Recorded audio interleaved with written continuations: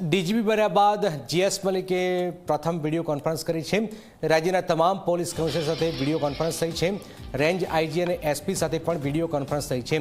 ડીજીપીએ પ્રજાની સમસ્યાનો તાત્કાલિક ઉકેલ લાવવાનું સૂચન કર્યું છે।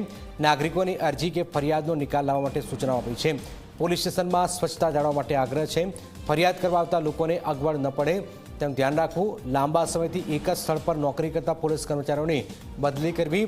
કોઈપણ ઘટના કે કેસની સાચી માહિતી લોકો સુધી પહોંચે તેનું ખ્યાલ રાખવું। પત્રકાર થકી લોકો સુધી સાચી માહિતી પહોંચે તે માટે યોગ્ય જવાબ આપવાની સૂચન પણ કરાયું છે। ઉદય અમારી સાથે જોડાયા છે। ઉદય, પહેલી આ કોન્ફરન્સ છે ડીજીપી બન્યા બાદ પહેલી આ કોન્ફરન્સ છે, શું મેસેજ અહીંયાથી અપાયો છે? જનક, જો વાત કરવામાં આવે તો અમદાવાદ શહેર police commissioner GS Malik Gujarat police વડા બની ચૂક્યા છે અને ગુજરાત વડા બન્યા બાદ તરત જ એક્શન મોડમાં આવી ગયા છે। એક બાદ એક નવા નિર્ણયો અને ક્યાંક ને ક્યાંક પોલીસિંગ જે છે સુધરે એ માટેના પ્રયાસો જે છે શરૂ કર્યા છે। જે પૈકી આજે વિડીયો કોન્ફરન્સનું આયોજન કર્યું હતું। સૌથી પહેલી વિડીયો કોન્ફરન્સ હતી એમની। આ વિડીયો કોન્ફરન્સની અંદર રાજ્યના તમામ શહેરના પોલીસ કમિશનર, રેન્જ આઈજી અને એસપી આ તમામ અધિકારીઓને છે જે કોન્ફરન્સમાં જોડેલા હતા। ત્યારે સ્પષ્ટ સૂચનાઓ જે છે આપવામાં આવેલી છે, જેમાં ક્યાંક ને ક્યાંક પ્રજાને જે છે કેન્દ્ર સ્થાન ઉપર રાખવામાં આવેલું છે।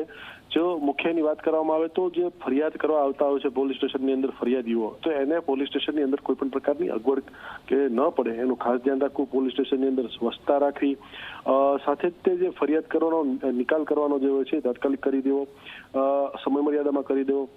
બીજી વસ્તુ મહત્વની એ વાત કરી છે કે લોકો સુધી યોગ્ય કાર્યવાહી થાય, લોકોને ફાયદો થાય, લોકોને કેન્દ્ર ધ્યાન સ્થાન ઉપર રાખીને તમામ સૂચનો કરવામાં આવ્યા છે। બીજી એક મહત્વની વસ્તુ એ કરવામાં આવી છે કે જરાક તમને પણ ખ્યાલ છે કે સોશિયલ મીડિયાનો જમાનો છે, અત્યારે ઘણી બધી અફવાઓ ફેલાતી હોય છે, તો ખાસ કરીને સોશિયલ મીડિયા અને પત્રકારો જ્યારે વાત એસપી કે પછી આઈજી કે કોઈ પણ પોલીસ થાણા ઇન્ચાર્જને ફોન કરે છે અને જ્યારે કોઈ વસ્તુની કે કોઈ વિગતની કોઈ ઘટનાની વિગતો માંગવામાં આવે છે, તો એની ચોખ્ખી સ્પષ્ટ અને સાચી હકીકતો આપી જેનાથી કોઈ અફવાઓ ન ફેલાય અને સાચી માહિતી જે છે પ્રજા સુધી પહોંચે। બિલકુલ, આ પણ સૂચન કરવામાં આવેલું છે। ખૂબ જ મહત્વપૂર્ણ જાણકારી ઉદય આપી છે। રાજ્યના તમામ પોલીસ કમિશનર સાથે વીસી કરાઈ છે। ડીજીપી બન્યા બાદ સમસ્યાનો ઉકેલ લાવવા માટે સૂચનો અપાયા છે।